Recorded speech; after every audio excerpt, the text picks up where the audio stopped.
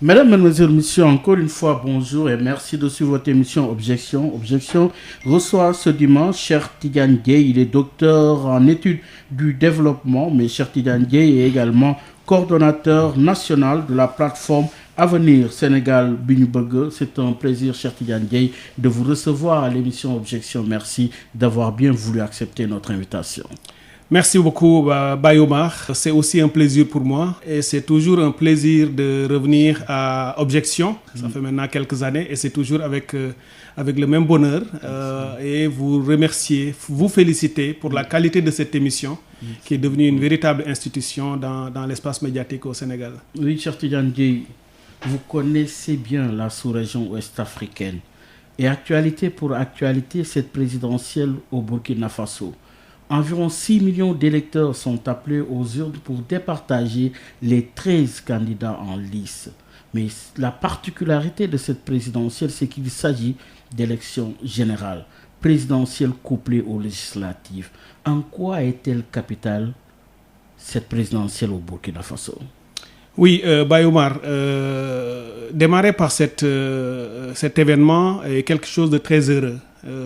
Y compris pour nous Sénégalais, parce qu'il est bon de temps en temps de nous intéresser vraiment à ce qui se passe autour de nous, dans la sous-région, puisque nous sommes dans l'espace CEDEAO, qui est notre espace naturel de développement, de coopération, de solidarité, etc. Une institution que vous connaissez bien. Oui, que je connais bien, que je fréquente depuis maintenant une bonne quinzaine d'années, où je travaille tous les jours, etc. Donc, le Burkina est un pays important pour de nombreuses raisons.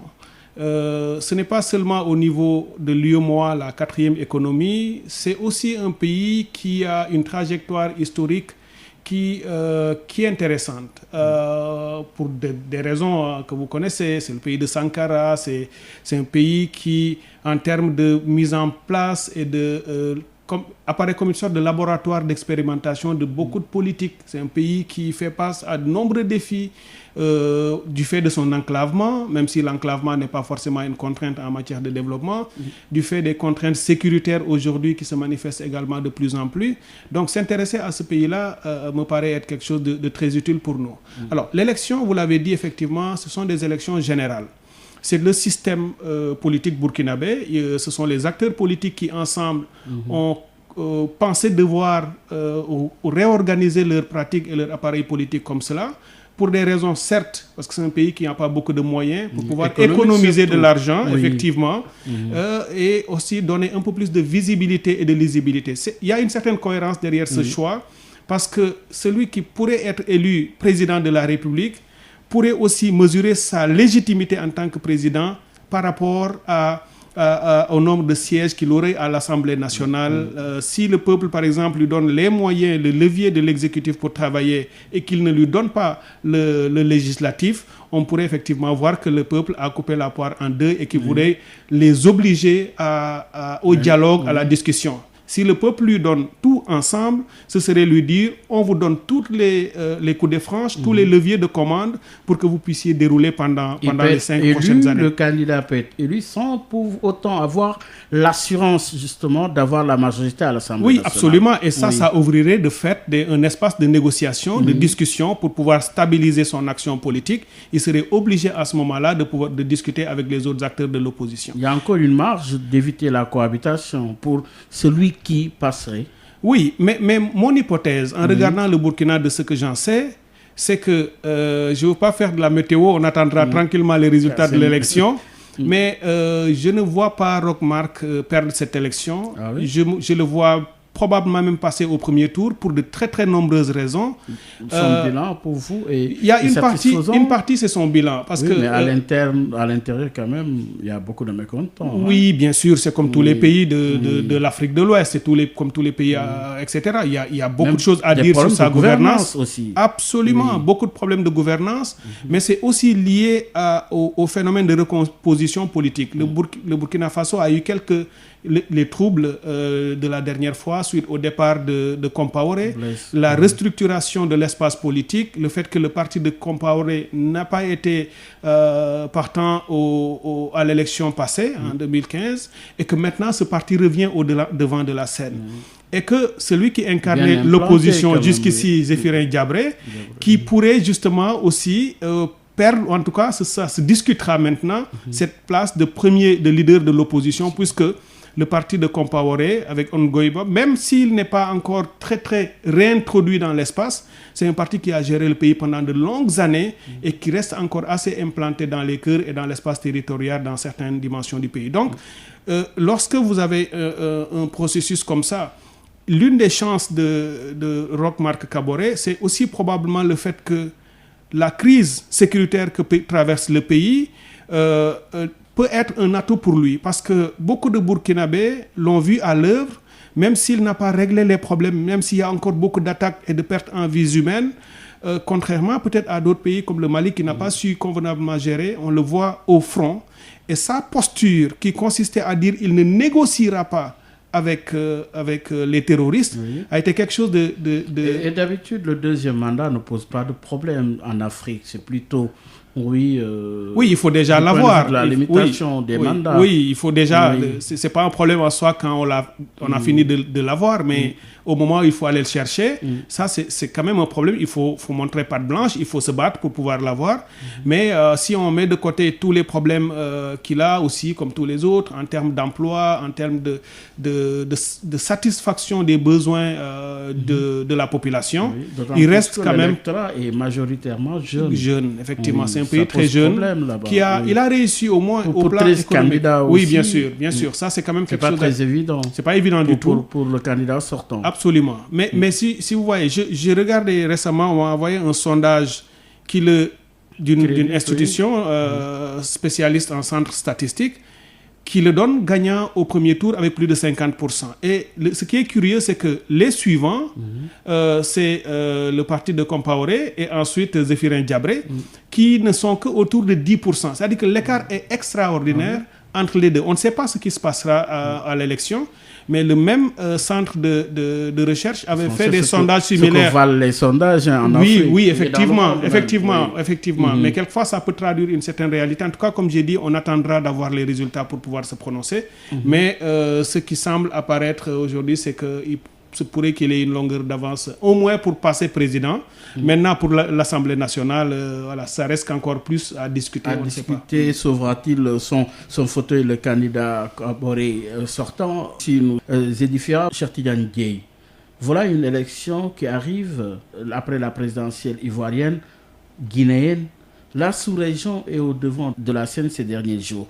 Alors, comment appréciez-vous cette élection? Parce que le jour du scrutin, en général, il n'y a pas de problème. Le scrutin se déroule normalement. On a vu ce qui s'est passé en Guinée, ce qui s'est passé en Côte d'Ivoire. Avez-vous l'impression que oui, la crise post-électorale peut bien avoir lieu au Burkina Faso? À ce stade, rien ne permet de le dire. Parce qu'il y a quand même une grande différence entre ce qui se passe au Burkina Faso et ce que nous avons pu constater en Guinée et en Côte d'Ivoire. Dans ces deux derniers pays, il n'y a pas eu d'élection. C'était un simulacre de processus démocratique. C'était un tripatouillage de longue date et c'était quasiment un hold-up électoral. C'est-à-dire c'est une sorte d'imposition d'une volonté individuelle dans les deux côtés de présidents qui n'avaient plus aucune légitimité, ni au plan légal, ni au plan de la légitimité populaire, mais qui se sont simplement imposés parce qu'ils ont les leviers du pays, ils ont l'armée, ils ont la police et ils ont tous les leviers de commande pour des démocraties qui sont comme les nôtres, qui sont des démocraties de seconde zone. Je donne souvent d'ailleurs l'exemple en comparant avec l'élection aux États-Unis d'Amérique, en leur disant si les États-Unis d'Amérique étaient un pays africain, Trump resterait au pouvoir, il ne partirait pas. Il aurait dit, c'est même lui, c'est jamais lui qui crierait en ce moment-là à la fraude, parce que c'est lui qui ferait la fraude, qui sortirait l'armée et la police pour s'imposer. Là, il partira parce que justement, on est dans des pays où les institutions sont extrêmement solides. Et on ne suit pas un homme. Les institutions de l'armée aux autres institutions judiciaires suivent la constitution américaine. Malgré toutes les manœuvres de Trump. Oui, bien entendu, il ne peut que partir du fait de la solidité des institutions. En Afrique, ces deux pays sont des exemples grandeur nature de la maladie grave qui a fini d'affecter ou d'infecter le système démocratique et politique en Afrique. C'est cette apparition de ce recul qui est lié à l'apparition ou la prise de pouvoir de quelques acteurs politiques qui, au lieu de faire avancer conformément à cette nouvelle aspiration, parce qu'il y a une jeunesse qui demande plus d'innovation, qui demande plus de liberté, qui demande plus de voix et d'inclusion, eux, ils semblent nager à contre-courant. Ce sont de tout ce qu'il faut éviter comme exemple en matière de leadership et de politique. Ce sont des pays, ils se sont imposés, ils ont tripatouillé, manipulé leur constitution pour s'imposer au prix de centaines de pertes en vies humaines. Ce n'est pas le cas du Burkina Faso, où le président sortant est encore légitime pour aller à un deuxième mandat. Les jeux sont ouverts, l'opposition est en train de battre campagne, il n'y a aucun débat sur la légitimité d'un autre, de quelqu'un, mais etc. il y a justement dans cette situation l'administration électorale. L'administration électorale, l'exécutif finit par justement s'accaparer de cette administration. Comment vous l'expliquez? Que ce soit en Côte d'Ivoire comme en Guinée. Mais parce que et non au Burkina. Non, au Burkina, effectivement, si vous regardez ce qui est en train de se passer, on ne peut pas dire non plus que l'exécutif n'a pas une certaine prise ou emprise sur l'administration. On ne peut pas le dire, bien entendu, parce que ça aussi, ça fait partie des tares de la démocratie en Afrique. Ce sont les faiblesses démocratiques en Afrique. Le parti au pouvoir, l'élite, le système qu'on a installé finit toujours par mettre l'administration, en tout cas une partie de l'administration sous sa coupe et manipuler un peu selon ses intérêts. Au Burkina Faso, ce n'est pas le cas parce que ceux qui sont au pouvoir aujourd'hui, certes, ils ont partagé le pouvoir avec Compaoré pendant de nombreuses années, mais entre les deux, il y a eu un événement révolutionnaire qui a un tout petit peu libéré la pression ou l'emprise ou l'étreinte que le parti, le système politique ou le parti politique avait sur l'administration pendant des années, et ils ont réussi un tout petit peu avec la révolution à reprendre en main certains leviers et à les transformer. Donc il y a les jeunes avec le balai citoyen et puis une société civile qui cherche son chemin, qui se bat de plus en plus. On a fait des réformes après la révolution pour s'entendre sur l'essentiel de la pratique politique, refonder une constitution nouvelle autour de laquelle les acteurs politiques et sociaux se sont entendus. Ça a permis d'avoir au Burkina Faso une administration électorale qui est un peu plus neutre que par rapport à ces deux autres pays. Il s'agit d'un test grandeur nature. Ce sera un test, on verra effectivement, on verra bien. On espère vraiment que le Burkina puisse passer cette épreuve, parce que j'arrête pas de discuter avec mes amis au Burkina en leur disant, nous vous regardons pour voir si le passage par une révolution citoyenne, populaire, peut permettre de refonder une nation pour aller de l'avant. Si malheureusement, et je ne le souhaite pas, il y a eu encore manipulation, ou si le parti au pouvoir réussissait à détourner le suffrage ou à frauder massivement, etc., ça montrerait effectivement que la révolution n'a pas produit ses effets, mais on n'en est pas encore là. Espérons. Et vous avez suivi notre invité, cher Tidiane Dieye, invité d'objection de ce dimanche. Vous avez suivi ce qui se passe en Côte d'Ivoire avec cette sortie du président français. Je vous parlais d'Emmanuel Macron par rapport aux deux cas, notamment en Guinée comme en Côte d'Ivoire, qu'il ne félicite pas encore le président guinéen, contrairement au président ivoirien. Comment appréciez-vous l'attitude du président français par rapport aux deux pays? Vous savez, l'attitude d'Emmanuel Macron traduit simplement un message qui est très clair à mon avis, c'est qu'il montre effectivement que la France a investi en Côte d'Ivoire et n'a probablement pas investi en Guinée-Conakry. La France tient à la Côte d'Ivoire parce qu'il faut préserver ses intérêts dans ce pays pour pouvoir récupérer les bénéfices issus de son investissement. Quand je dis investissement, ce n'est pas seulement investissement par ces petites entreprises et autres. C'est le fait d'avoir créé un système en Côte d'Ivoire où c'est quasiment la France qui contrôle ce pays. L'essentiel de l'économie des entreprises industrielles ivoiriennes sont contrôlées par des Français. Y compris les entreprises agroalimentaires exportatrices en Union européenne qui sont peut-être les plus importantes. Alors qu'en Guinée, il se dit, je n'ai pas beaucoup d'intérêt, à la limite, je peux le jeter en pâture, je n'ai même pas de bonnes relations avec lui, et finalement, je vais montrer aussi par ce message aux autres chefs d'État que lorsque vous êtes amis, lorsque vous acceptez la domination française, lorsque vous acceptez d'être sous ma protection, je trouverai le moyen non seulement de vous laisser commettre votre forfait démocratique, vous imposer au pouvoir, je m'occuperai du service après-vente et de la communication à l'international pour amener les autres à vous soutenir. Et je montrerai effectivement aussi à votre population et à votre opposition qu'ils n'ont aucun intérêt à bouger ni de vous et vis-à-vis de Guillaume Soro, il dit Emmanuel Macron que sa présence n'est pas souhaitée en France. Mais c'est un message, c'est aussi une façon de parler. C'est aussi de lui dire, si vous vous en prenez à Alassane Ouattara, nous avons les moyens de vous faire partir d'ici, de vous renvoyer chez vous et vous savez très bien ce qui vous attend. Alors, cette façon de mettre la pression sur l'opposition, depuis Paris, par Guillaume Soro qui y est, mais également et tout ce qu'ils ont donné comme message qui aurait, selon les dernières informations, quitté la France. Hein. Oui, bien, mais écoutez, vous savez, la France est dans son schéma.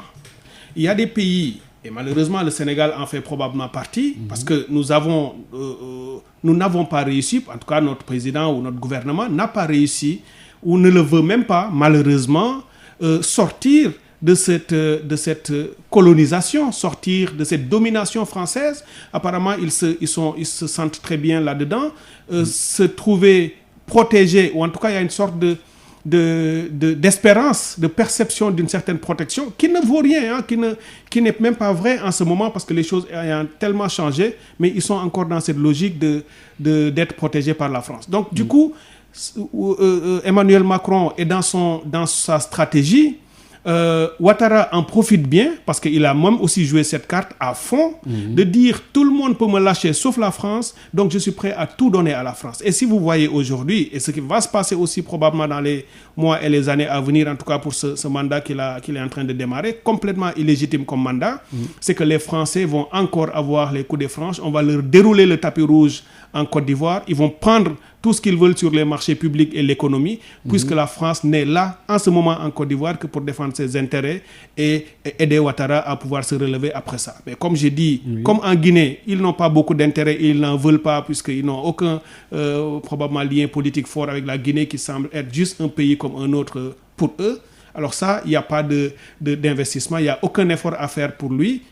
C'est un petit dictateur, c'est un antidémocrate, on le laisse à ses petits problèmes. Mais notre président chéri que nous aimons bien, qui préserve nos intérêts, ben nous le soutenons et nous le défendons. C'est ça la logique de la France, c'est pas autre chose. Oui. La France ne voit que ses intérêts en Afrique, elle sait comment le faire et elle est prête à envoyer tous les messages possibles. Et c'est ce qu'ils ont fait pour la Côte d'Ivoire, y compris au peuple ivoirien, en leur disant laissez-le au pouvoir parce que nous le soutenons. Maintenant, il appartient aux Ivoiriens de savoir décrypter ce message et de se battre pour se libérer de tout ça, puisque ce n'est pas leur président qui le fera à leur place. Oui, avant de boucler cette partie sous-régionale, parlons de l'institution, la CEDEAO, qui s'occupe donc de cette sous-région. Alors, comment appréciez-vous l'attitude de la CEDEAO, à la fois au niveau de la présidentielle en Guinée, de la Côte d'Ivoire, et cette fois-ci au Burkina Faso? Est-ce qu'aujourd'hui, comme beaucoup l'exigent, la CEDEAO doit aller vers des réformes profondes pour respecter une de ses fonctions, notamment la CEDEAO des peuples? Comment appréciez-vous son rôle et sa fonction par rapport à ce qui se passe dans la sous-région? Oui, la CEDEAO doit être refondée. Et cette refondation n'est pas seulement nécessaire, elle est devenue urgente. Puisque l'institution, on ne peut pas faire un jugement globalement sur l'institution, puisqu'il y a des domaines où la CEDEAO fonctionne relativement bien. La CEDEAO nous a valu un certain nombre de succès au plan de l'organisation du commerce intra-régional à l'intérieur. Même si le taux est bas, on commerce de plus en plus entre pays ouest-africains. Les entreprises sénégalaises exportent dans les autres pays de la CEDEAO sans droit de douane, ce qui est une très bonne chose. On a le passeport CEDEAO, ce qui est une grande réalisation, la carte nationale biométrique, même si malheureusement, même avec la carte, on subit beaucoup de tracasseries pour voyager sur les frontières. Mais au plan symbolique, c'est une institution comparée à d'autres sur le continent qui a quand même fait son bonhomme de chemin. Ça, c'est au plan de la circulation, du commerce et puis d'un certain nombre d'autres problèmes. Par contre, du point de vue de la gouvernance et du point de vue des affaires politiques, c'est là que la CEDEAO n'a pas seulement échoué, elle est en train même de compromettre les aspirations et les ambitions, la vision qui est portée non plus par les chefs d'État, mais par les peuples de la CEDEAO. Vous savez, en 2006, la CEDEAO avait lancé une idée qui s'appelle la vision 2020, la vision 2020, qui consistait à passer de la CEDEAO des États à la CEDEAO des peuples. Depuis Abuja. Nous sommes en 2020. Qui peut aujourd'hui dire légitimement que nous sommes dans la CEDEAO des peuples? Nous sommes encore dans la CEDEAO des États. Et pire, nous sommes dans la CEDEAO des chefs d'État et de quelques chefs d'État qui ont créé une sorte de syndicat qui, en fonction des intérêts du moment, peuvent manipuler et orienter les décisions de la CEDEAO dans un sens conforme à ce qu'eux, ils veulent. Le cas de Mali est le plus édifiant. Le Mali se bat pendant plusieurs semaines, plusieurs mois même. Le peuple est dans la rue. Une révolution se fait. À chaque fois qu'il y a une manifestation, il y a mort d'homme. Il arrive un moment où le gouvernement ne proposant pas de solution, la CEDEAO ne faisant que constater, faire des préconisations sans lendemain, l'armée malienne décide de prendre ses responsabilités pour prendre le pouvoir et créer les conditions d'une refondation portée par les Maliens, autocentrés. La CEDEAO débarque, prend une décision assez grave avec des sanctions, alors que les chefs d'État n'avaient pas tenu leur conférence, qui seul est légitime pour arriver à un certain niveau de décision et de sanctions, mais la commission, dirigée par un Ivoirien, qui peut répondre au doigt et à l'œil au président ivoirien, décide de sanctionner le Mali, y compris en fermant les frontières et en exerçant un blocus économique. Alors, l'idée de blocus économique est un désastre, puisqu'il n'a jamais été le blocus prévu par les textes de la CEDEAO. On a invoqué le protocole sur la gouvernance et la démocratie, mais ce protocole sur les sanctions prévues en cas de coup d'État, il n'y a nulle part blocus économique. Parce que comment on peut envisager de faire un blocus économique sur un pays comme le Mali, qui est dans la rue justement du fait de ses problèmes économiques et sociaux? Si vous fermez la frontière entre le Sénégal et le Mali, où passe près de 90% du fret malien, qu'est-ce qu'il leur resterait? Est-ce que ce pays pourrait tenir 2 jours? Ce n'est pas possible. Donc cette décision était irréfléchie. Elle n'a pas tenu compte des aspirations du peuple malien. Elle n'a pas tenu compte de ce que veulent les peuples ouest-africains. En conséquence. Alors du coup, ce qui a fait que ça a été rejeté, et heureusement, les chefs d'État ont fini par comprendre que ce n'était pas possible. Le Sénégal a eu l'intelligence de ne pas l'avoir appliqué et on a donné un peu plus de temps à la junte qui a réorganisé pour aller de l'avant. Et qui déroule. Oui. Même s'il y a beaucoup de problèmes, ça aussi, on n'aura malheureusement pas le temps d'en parler, mais le Mali reste encore extrêmement vulnérable. Et là, c'est fragile.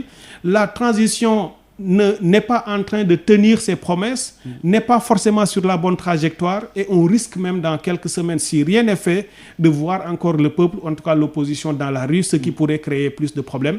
Donc, pour avoir une approche d'anticipation, c'est maintenant aussi que la CEDEAO devrait, sans défendre des intérêts des uns et des autres, y aller en tant qu'institution régionale pour essayer de voir comment préserver ce pays et anticiper sur les problèmes à venir. Il faut aller vers une refondation de la CEDEAO. Nécessairement. Du fait d'une réformation économique, parce que l'institution coûte excessivement cher, le budget est explosif, puisque l'institution de la CEDEAO a 16, ce qu'on appelle les statutaires. Chaque pays se donne un représentant qui est traité presque comme un chef d'État.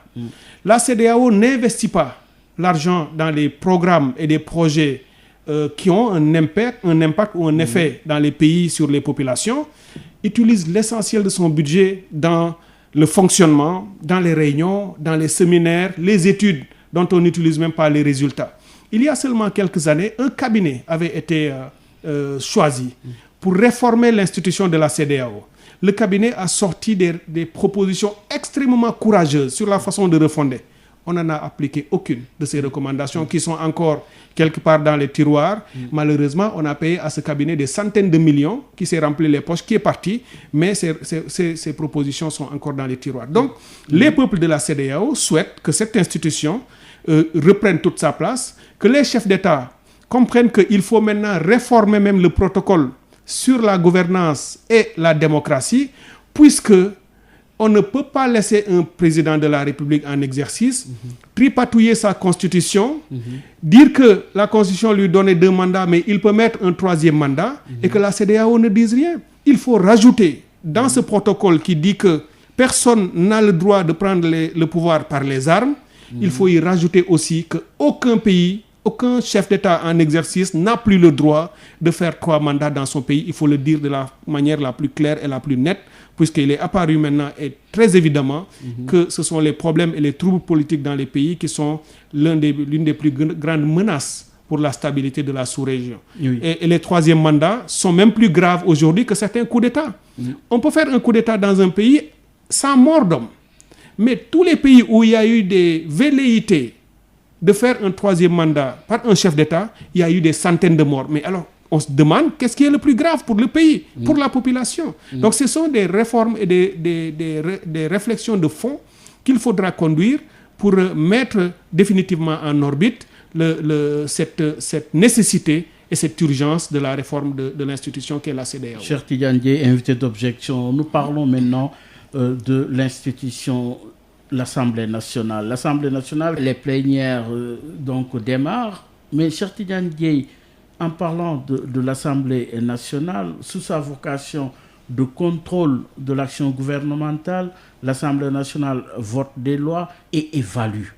Aujourd'hui, avec cette session qui démarre, comment appréciez-vous le fonctionnement de l'Assemblée nationale sous sa triple vocation de contrôler, évaluer et voter des lois?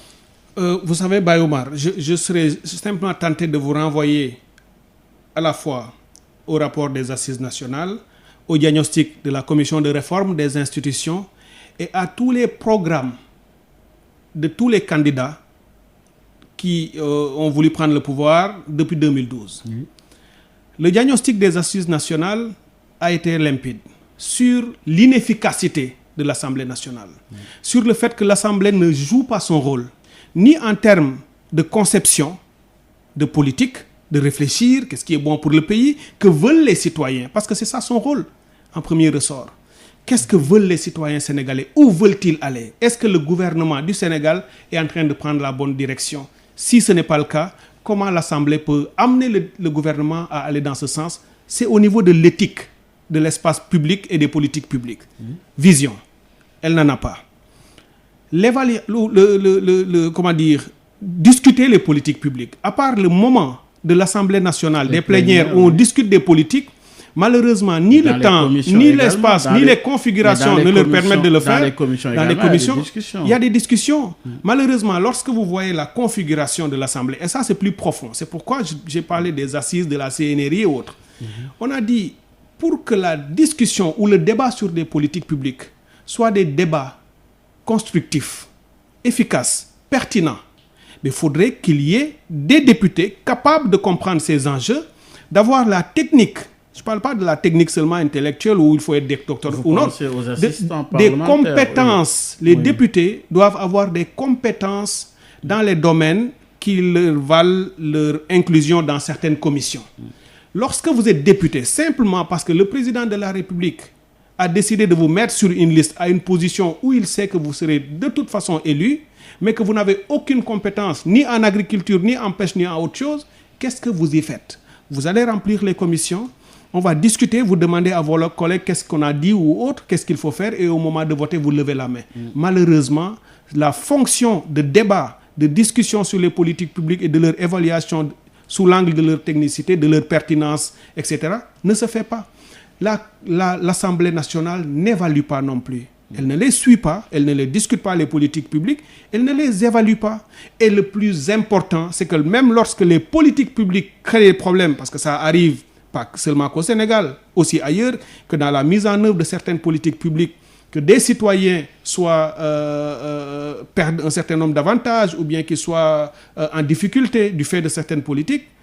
C'est tout le cas des commissions d'enquête qu'on demande par-ci, par-là, etc. Mais l'Assemblée ne prend jamais l'initiative. Et plus globalement, Bayoumar... L'initiative, mais ici, parce qu'une illustration, la commission d'information sur les inondations, oui, le rapport a été déposé et justement, le président de la République s'en est saisi par le biais du président de l'Assemblée nationale.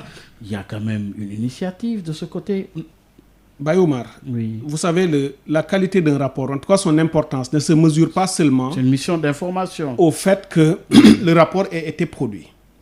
L'important, c'est que non seulement qu'il ait été produit, parce que j'ai écouté récemment un député président de cette commission, je pense, sur une des radios de la place, qui a dit que le travail a été fait. Et ils ont découvert effectivement des problèmes, des contraintes, un certain nombre de dysfonctionnements dans la gestion des inondations par différents ministères et agences.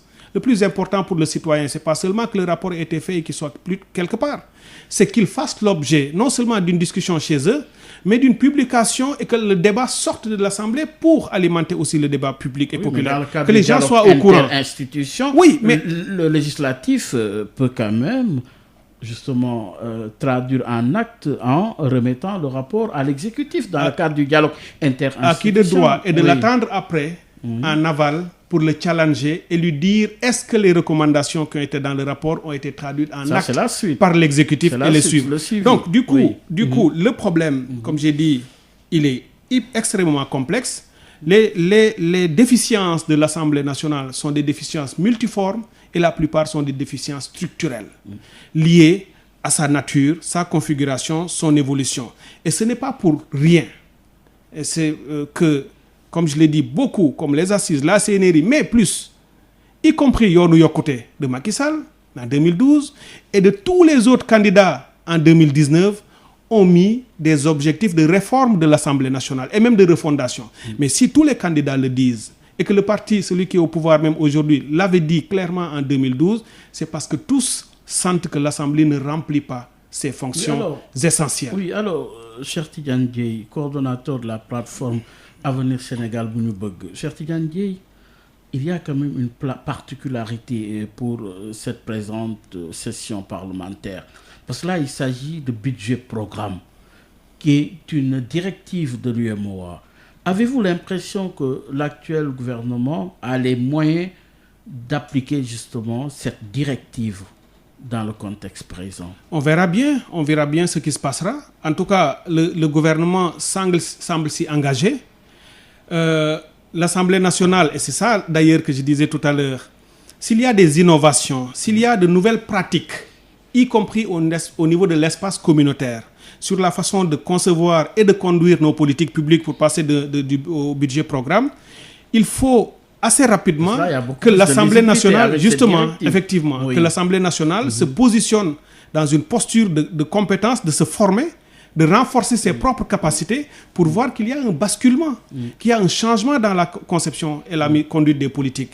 Et qu'il faut aussi qu'ils se réforment pour développer et accroître leur capacité à évaluer ces nouvelles pratiques en matière de gestion des finances publiques et des ressources publiques. Ça aussi, c'est ce qui fait débat. Donc, on espère, on est en train d'entrer dans une nouvelle année. Nous espérons, et ça fait partie vraiment des questions sur lesquelles qui nous tiennent à cœur, nous, dans la plateforme à venir, de dire la phase de reconstruction post-Covid ne doit pas seulement être telle que, malheureusement, on semble le dérouler aujourd'hui, juste dans la recherche de milliards pour dire avec cet argent, on peut tout régler. C'est aussi en profiter pour voir que la façon dont nos institutions fonctionnaient, la perception et la conception que nous avions du management des affaires publiques, tout ça doit changer. En tirer les enseignements. Covid doit être un moment d'une sorte de renaissance pour les pays qui l'ont compris. Et lorsque je dis renaissance, ce n'est pas seulement pour dire on a donné tant de milliards à tel secteur, ils n'ont qu'à se débrouiller et que c'est ça le résultat. Non, le résultat n'est pas le fait d'avoir donné de l'argent à un secteur, ce sera de dire, avec cet argent, quel a été l'effet concret sur la vie des populations en aval.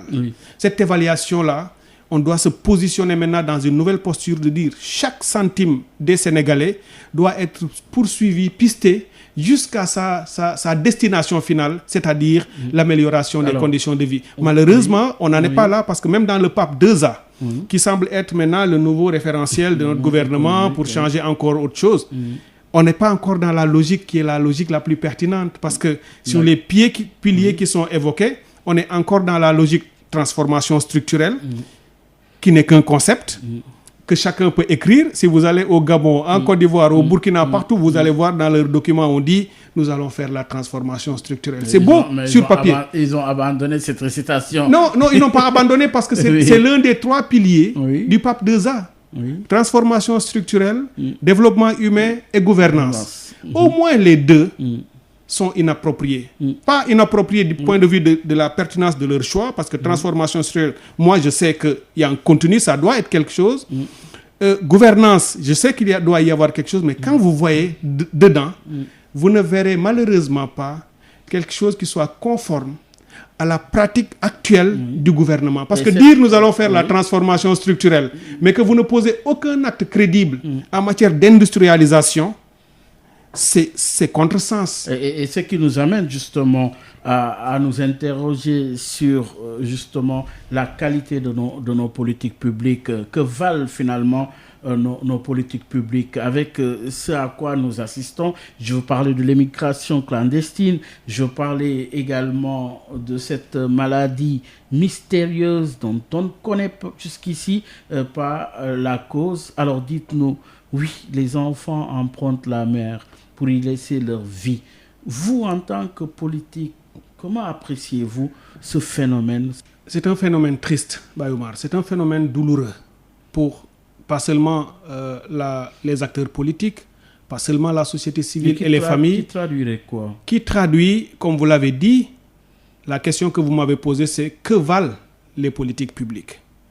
Alors ce phénomène est la manifestation, l'une des manifestations, parce qu'il y en a beaucoup d'autres actes, pratiques, événements ou faits économiques, sociaux ou autres qui montrent la faillite des politiques publiques. Mais ça, c'est peut-être le dernier des événements qu'on constate tous les jours, qui est douloureux, que nous voyons de nos propres yeux, et dont la réponse pourrait se trouver dans la poitrine et la tête de chaque jeune qui prend le risque de rentrer dans cette pirogue en sachant qu'il pourrait y perdre sa vie. Le message qu'ils envoient à nos dirigeants, à leurs dirigeants, c'est de leur dire, non seulement vous avez échoué à vous occuper de notre présent, mais vous avez déjà fini de compromettre notre avenir. Et c'est ça qui est dangereux pour une jeunesse. Quand la jeunesse constate que son immédiat ne fonctionne pas, que son quotidien ne marche pas, mais que finalement il n'a même plus l'espérance, parce que finalement c'est l'espoir qui fait vivre, il dit je fais quitte ou double. Ou je pars et je peux réussir. Évidemment que ce n'est pas évident de réussir même lorsqu'on arrive là à destination. Ou je reste ici et je suis déjà mort. Est-ce que c'est un choix juste pour vous? C'est un choix qui se comprend, je ne les juge pas. Parce que lorsque vous dites que les politiques publiques valent quelque chose, évidemment elles valent quelque chose pour certains. Quand vous sortez dans la rue dans Dakar, vous voyez deux spectacles. Une partie, infime minorité, pas seulement à Dakar, mais aussi à l'intérieur du pays, infime minorité de Sénégalais qui vivent dans l'opulence, qui ne manquent de rien, qui, s'il n'y avait pas Covid, eux-mêmes seraient en Europe aujourd'hui en train de faire leur bilan. Leurs enfants seraient déjà, s'ils ne sont pas déjà partis, en train de s'inscrire dans les grandes universités et autres. Si ce sont les gens du secteur privé qui le font, ou d'autres qui ne sont pas du privé mais qui ont épargné honnêtement pour pouvoir le faire, j'applaudis, c'est une très bonne chose. Mais une partie de ces gens, ce sont des acteurs du public qui n'ont de ressources que les ressources publiques. Ce sont des acteurs du secteur privé.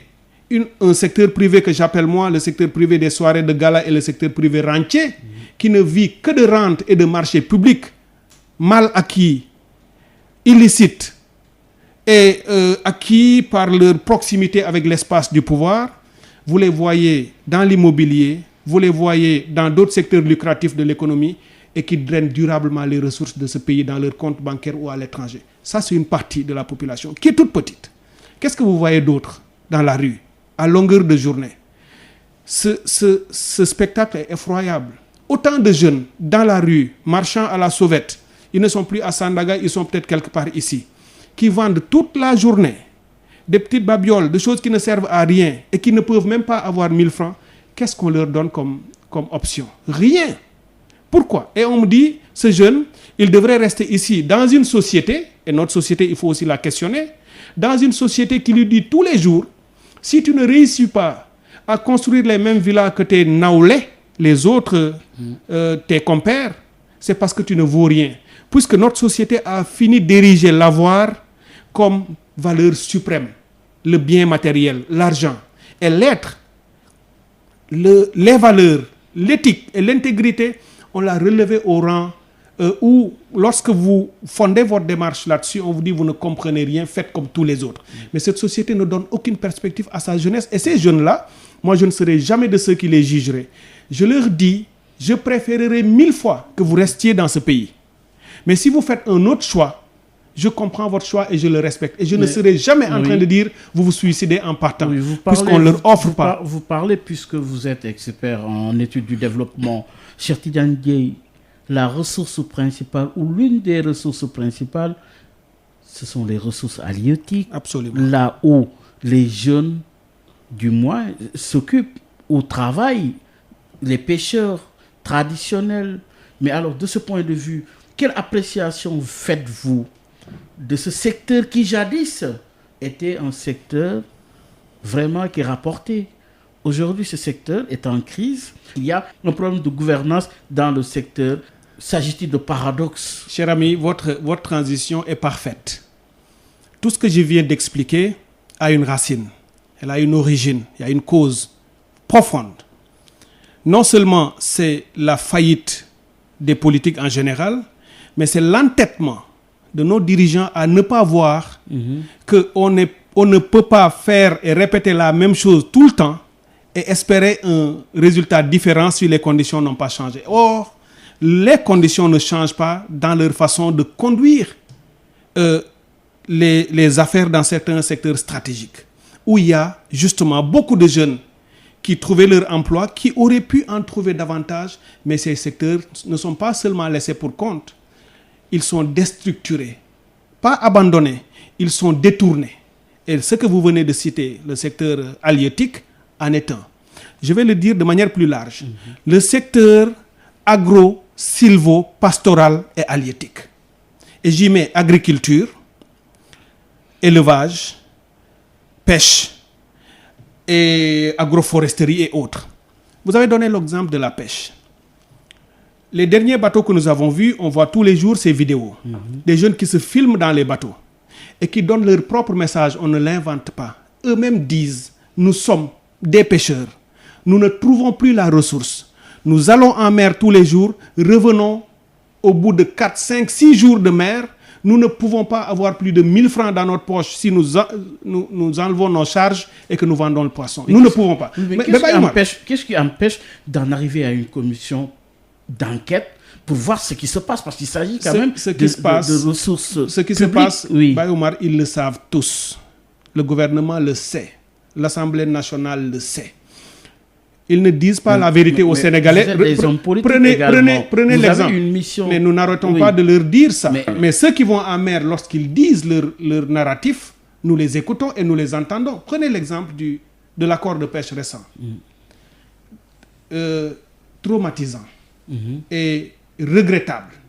Puisque au moment où le gouvernement dit, ou observe, au moment où nous observons que les jeunes partent, meurent par centaines, c'est le même moment où on sort un accord de pêche qui était déjà sur la table et signé 1 an auparavant, depuis 2019.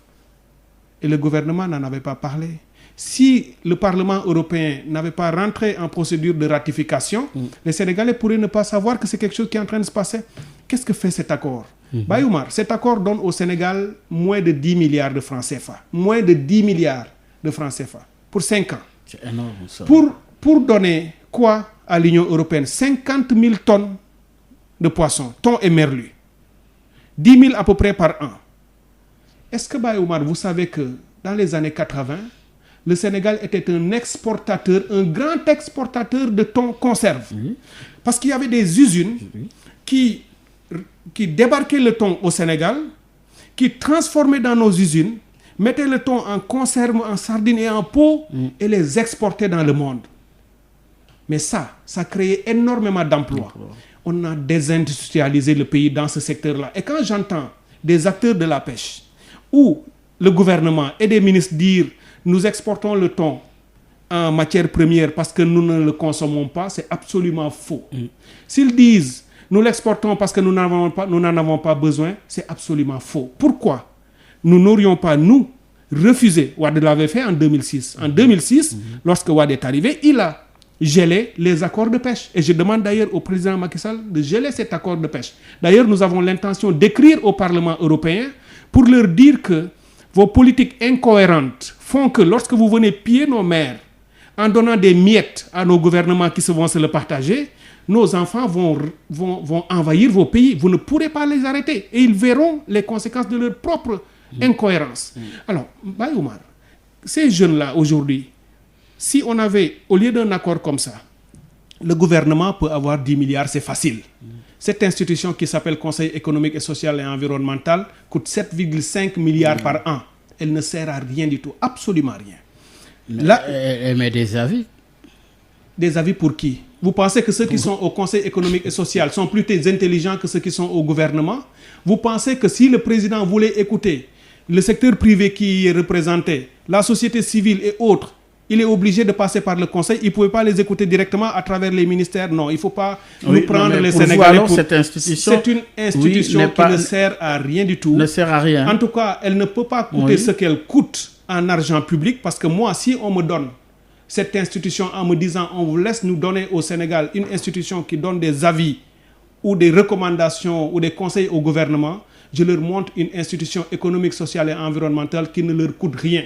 Puisque moi, Cheikh Tidiane, si on m'appelle en me disant dans tel secteur où j'ai de la connaissance, qu'est-ce que je donne comme idée au pays, j'apporterai cette idée. Et Baye Oumar, si on vous invitait dans une sorte d'assise, en disant que ce sont les assises du secteur public et autres, venez nous dire ce que vous saviez de la presse. Vous seriez heureux, au moins 2 fois par an, de venir donner toutes vos connaissances pour la marche de votre pays. Dans tous les secteurs, vous verrez des Sénégalais citoyens qui ne demanderaient pas un sou et qui pourraient constituer un pool d'experts qui pourraient donner des avis et des recommandations au gouvernement qui ne seraient pas des politiciens. Or, ici, on a casé une partie, c'est du personnel politique, une autre partie, ce sont des représentants des secteurs socio-professionnels et ça donne des avis que personne n'utilise. Donc, ça coûte cher pour rien. Alors que cet argent investi dans le secteur de la pêche aurait fait renaître des industries et des usines. Et on dirait aux Européens, vous ne venez pas prendre notre poisson. Attendez-nous chez vous. Nous viendrons vous vendre des conserves de thon. Puisque vous voulez le thon, nous avons la possibilité de les transformer chez nous dans nos usines, de respecter vos normes sanitaires et phytosanitaires et de venir vous vendre. Alors, nous créerons l'emploi chez nous. Alors ça, ce que je dis, cet exemple sur le thon, vous l'avez sur l'arachide, vous l'avez sur la noix d'anacarde, vous l'avez sur les mangues, vous l'avez sur tous les secteurs. C'est pourquoi je vous ai dit, ayons une vision large de ces secteurs pour dire que le gouvernement a pêché dans tous ces domaines. Et dernièrement, sur un secteur important... Pour rappeler à nos auditeurs que notre invité est également... le directeur exécutif de CICAD sur le Centre africain pour le commerce et l'intégration. Alors, le dernier exemple sur un secteur aussi important... connu, on le sent. C'est aussi l'artisanat. En plus de l'emploi, dans le secteur industriel, si on décidait aujourd'hui de dire qu'on n'exporterait plus un seul poisson sénégalais sans qu'il soit transformé dans nos usines et mis dans des sacs et des conserves, qu'on exporterait plus de la mangue, de la noix d'anacarde, de l'arachide. Parce que lorsqu'on exporte notre arachide, les Chinois, ils ne le mangent pas en arachide de bouche, ils transforment en huile. Pourquoi on ne ferait pas de l'huile qu'on leur vendrait? S'ils ne le veulent pas, on irait le vendre à d'autres. C'est ça l'industrie. Maintenant, je parlais du secteur artisanal, si vous voulez bien. Allez-y, Parce que une partie importante des jeunes est aussi dans l'artisanat. C'est l'un des secteurs les plus importants de notre pays. Parce que c'est un secteur presque convergent, qui s'emboîte avec beaucoup de métiers, mécanique, menuiserie, maçonnerie, etc., où nous avons énormément de compétences et de talents.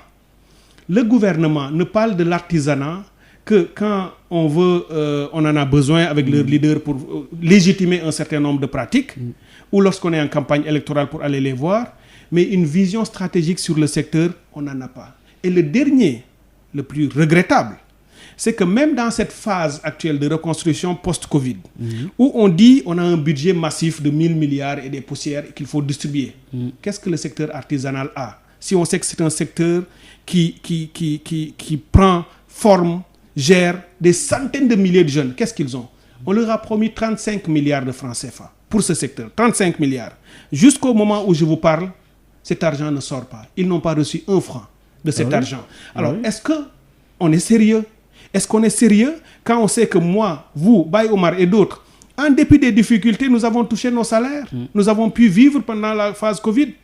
Mais lorsqu'on nous disait ne sortez pas, lorsqu'on a réduit nos activités, eux, ils en subissaient les conséquences. Parce qu'on ne commandait plus de mobilier, on ne réparait presque plus nos voitures, on ne sortait pas, on ne construisait pas, on ne faisait rien.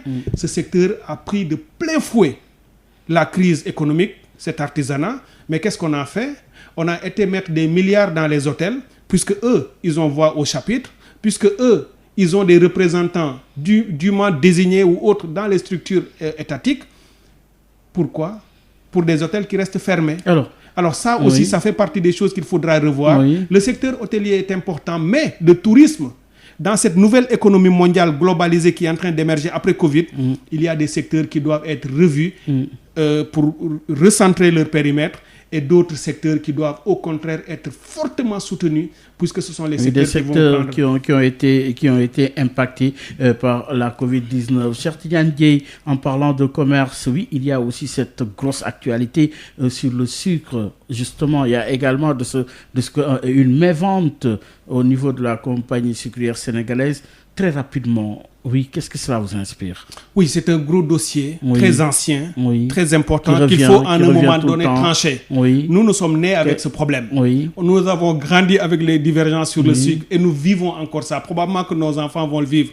Il est temps, un gouvernement responsable tranche, règle les problèmes, ne les contourne pas. Il y a un fait important. Oui, très rapidement. La compagnie sucrière sénégalaise emploie de nombreux Sénégalais. C'est vrai. Mais ce n'est pas une raison pour lui donner l'exclusivité, non seulement de la production ici locale, mais aussi de leur dire, on vous donne aussi la possibilité d'importer le sucre que vous venez revendre. Le choix du gouvernement d'ouvrir le secteur des importations à d'autres, tout en garantissant... le monopole. Non, il faut garantir à cette industrie, parce que moi, je suis pour... Il faut que chacun assume ses responsabilités. Nous sommes dans des économies qui se construisent. Et lorsqu'on construit une économie, on ne peut pas tuer ces fleurons industriels. Je vous ai dit que nous nous sommes désindustrialisés. Nous avions de grandes industries dans le passé. Sonacos est parti. Sotiba, Icotaf, Bata, toutes ces industries ont disparu. Nous devons préserver l'industrie, le tissu industriel restant. Nous devons le préserver, y compris compagnie sucrière, mais avec un modèle transparent qui fonctionne.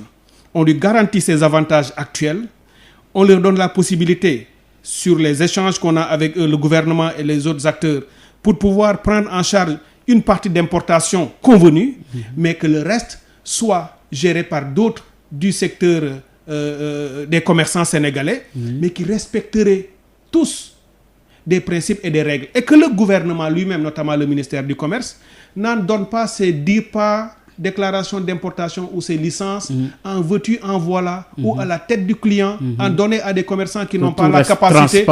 S'il y a de la transparence, la compagnie sucrière serait préservée. Il faut qu'elle soit préservée.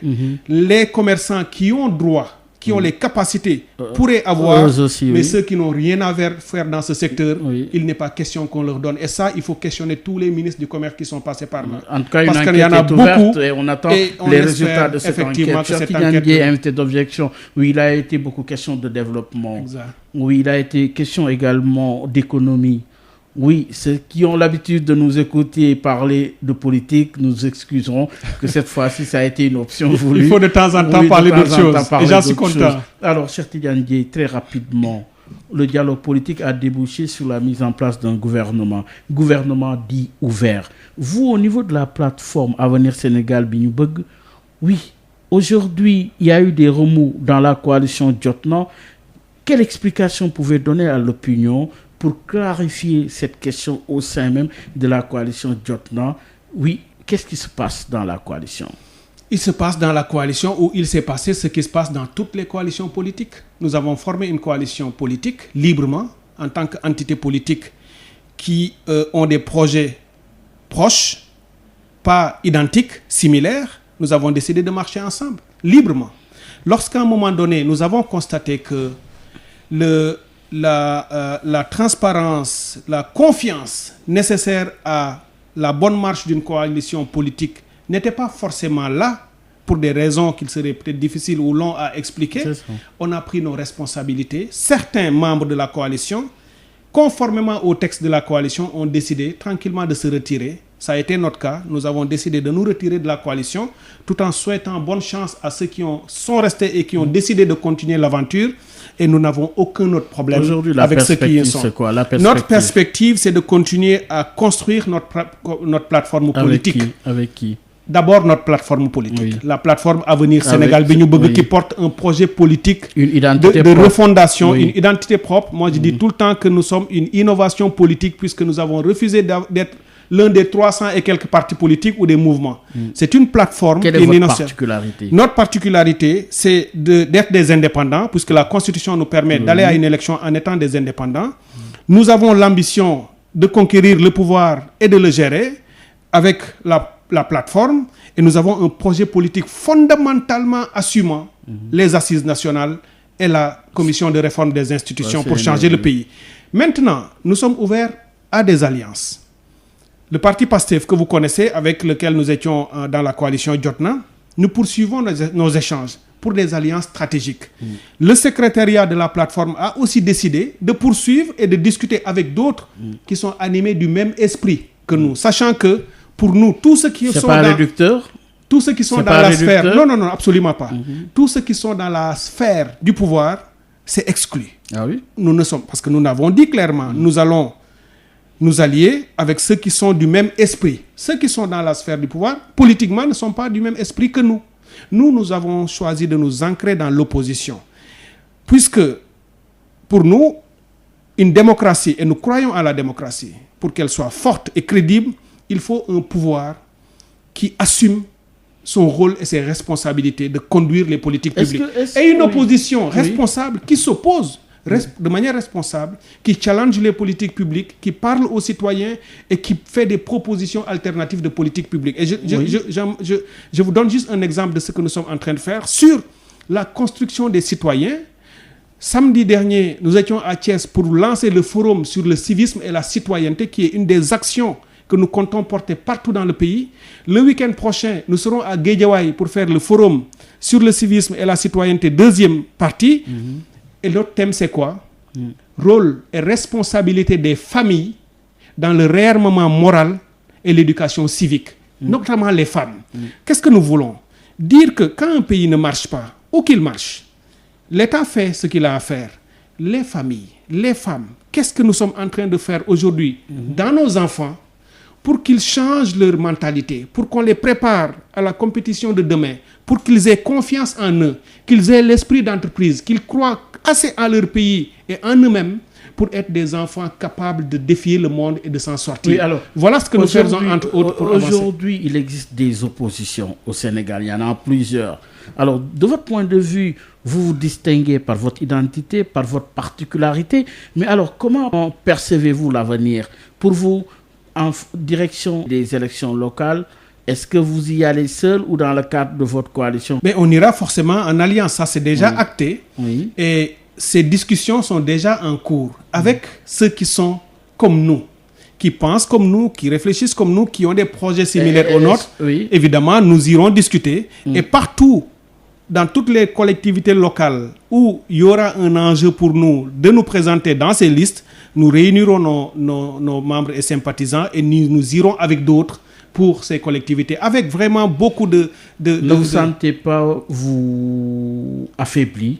Absolument avec pas. Ce qui vient de se passer. Bien au contraire. Dans le cadre justement des retrouvailles Idrissa Seck et Macky Sall. Absolument pas. Absolument pas. Deux acteurs politiques se retrouvent pour des raisons qui les regardent. Une partie des raisons qu'ils évoquent nous regarde par contre, parce que lorsqu'on veut invoquer Covid ou instabilité ou problèmes économiques ou politiques pour justifier ça, nous rejetons leurs argumentaires. Parce que ces argumentaires sont légers. Ces arguments sont bas, ils ne tiennent pas la route. Ça, c'est notre rôle en tant qu'opposition et citoyen de leur dire « Vos arguments ne tiennent pas la route, personne n'y croit. Vous voulez vous entendre, faites-le, c'est votre rôle. Quittez l'espace de l'opposition, ça clarifie le jeu. Nous vous voyons maintenant dans l'espace du pouvoir. Nous nous occupons de l'espace de l'opposition et nous faisons notre travail. Il ne nous gêne pas outre mesure, puisque Baye Oumar, il ne faut jamais perdre l'esprit. Quelque chose de fondamental en Afrique qui est en cours. Les baobabs, politico-systémiques ou autres, qui sont là par leurs pratiques politiques malsaines, mal-gouvernance, depuis 60 ans, c'est une formule de l'histoire. Ce n'est qu'une question de temps. Ça va tomber. Et ça fait du bruit en tombant.